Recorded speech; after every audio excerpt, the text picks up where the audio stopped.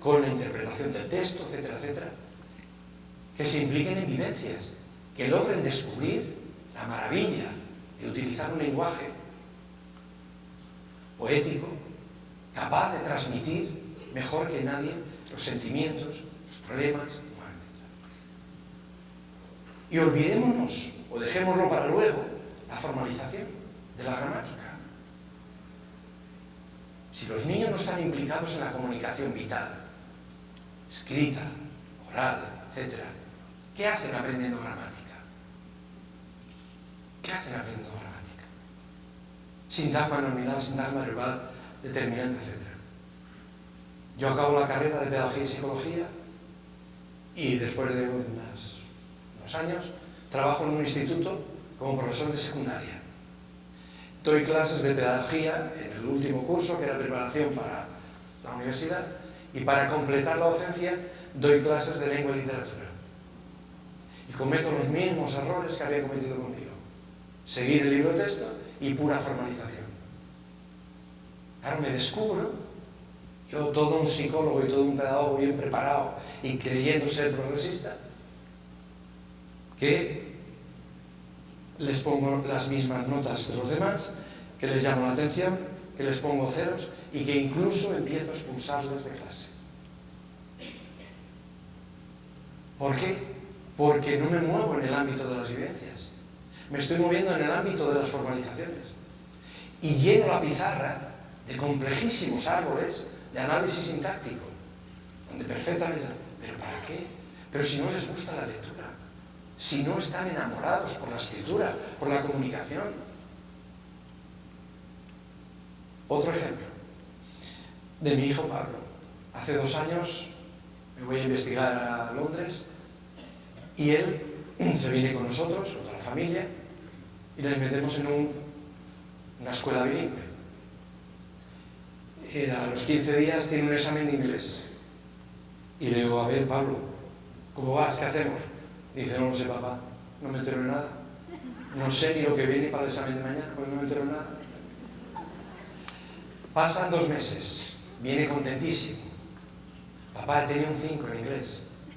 Y hay 7 niños ingleses que han suspendido. Claro lo que él diga. A final de curso, encantado, claro. Él tiene un notable. Y si hay 5, 6, 7 niños ingleses, suspenden inglés. ¿Pero de qué estamos hablando? Mi hijo tiene que acudir a estos que suspenden para enterarse, para que le digan, para entender el significado de las cosas. Pero claro, como lo que se pide en la escuela no tiene nada que ver con eso, con la competencia lingüística, él se aprende los verbos irregulares de memoria mejor que sus compañeros, en la prueba y tiene un 7, y sus compañeros que dominan perfectamente la lengua hablada, etc., suspenden. Una enseñanza era un colegio bilingüe español, es decir, que asumía las orientaciones pedagógicas españolas. Los ingleses son un poco más abiertos. Pero fijaros, eso es donde están las vivencias.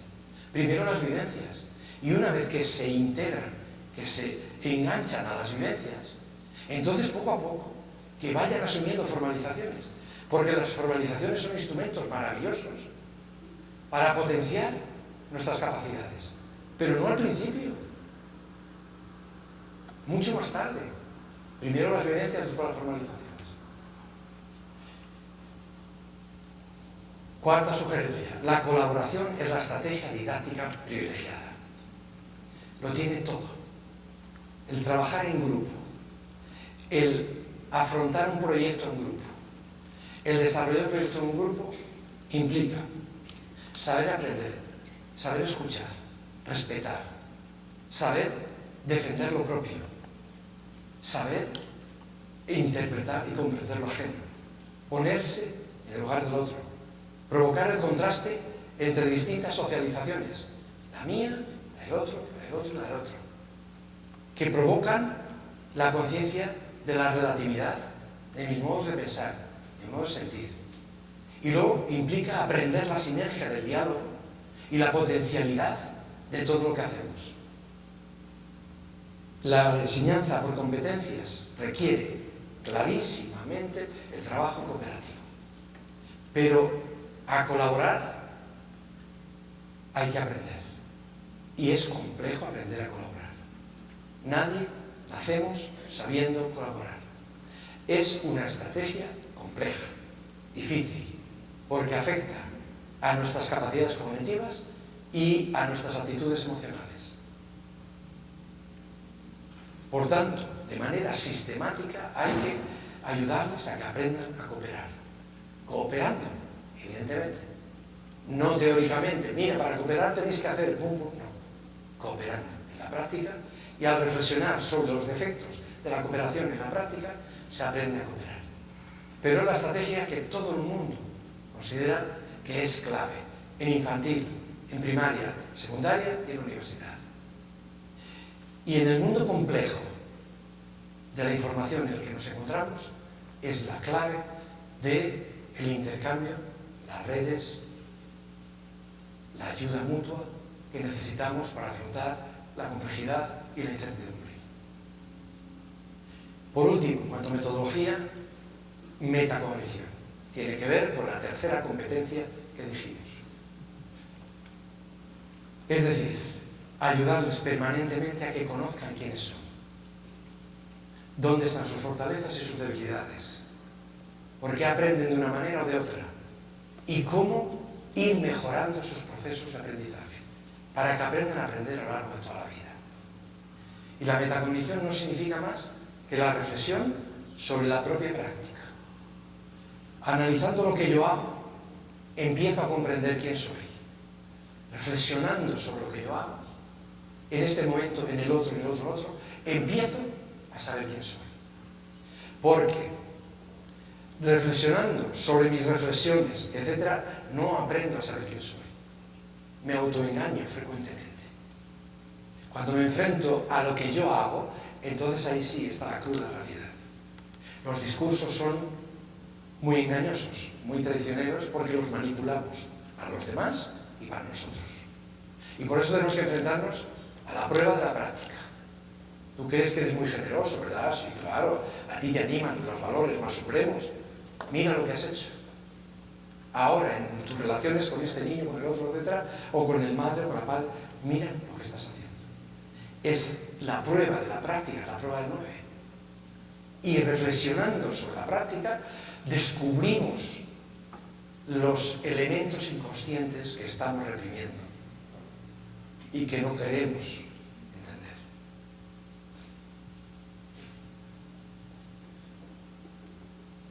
Contextos de formación. Uy, ¿un cuarto de hora? 10, 5. Voy a negociar 7. Voy muy rápido. La clave, a mi modo de ver, es construir contextos escolares educativos. Porque aprendemos por las interacciones sociales que desarrollamos en nuestros contextos. ¿Qué tipo de contexto considero yo educativo? Sigo la teoría de Bernstein, que distingue 3 contextos. Contexto de producción, contexto de aplicación y contexto de reproducción. En la escuela nos hemos convertido en un contexto de reproducción, así de amplio. No hacemos más que reproducir y que los niños aprendan a reproducir. La reproducción no provoca motivación intrínseca, excepto allí cuando lo reproducido tiene un valor enorme. Por ejemplo, la poesía, la música, etc. Repetirla tal y como es tiene un valor por la belleza de la forma. Pero en el resto, la reproducción no provoca motivación. ¿Dónde está la motivación intrínseca? En el contexto de producción, cuando estamos produciendo, estamos creando, estamos descubriendo nuevos horizontes. La aventura del conocimiento y del descubrimiento le implica a todos los individuos que están en ese contexto a sentirse motivados y apasionados por el conocimiento. Lo mismo ocurre con el contexto de aplicación. En este contexto no estamos descubriendo nuevos horizontes, pero nos sentimos muy útiles porque estamos aplicando el conocimiento que tenemos a mejorar la vida, a resolver problemas, a ampliar las circunstancias favorables para las personas con las que vivimos. ¿Qué tenemos que hacer en la escuela? Reducir al máximo el contexto de reproducción y ampliar al máximo el contexto de producción y de aplicación. De tal manera que el conocimiento tenga un valor de uso y no solo un valor de cambio en ese contexto. ¿Cuánto tiene un valor de cambio? Cuando al niño no le interesa lo que está aprendiendo, para nada, no le ve utilidad, y entonces lo aprende para intercambiarlo por una nota, para superar un examen, o una calificación, o una prueba, o un título, etcétera, etcétera. Bien, no. Contextos donde el conocimiento tenga un valor de uso, sirva en sí mismo.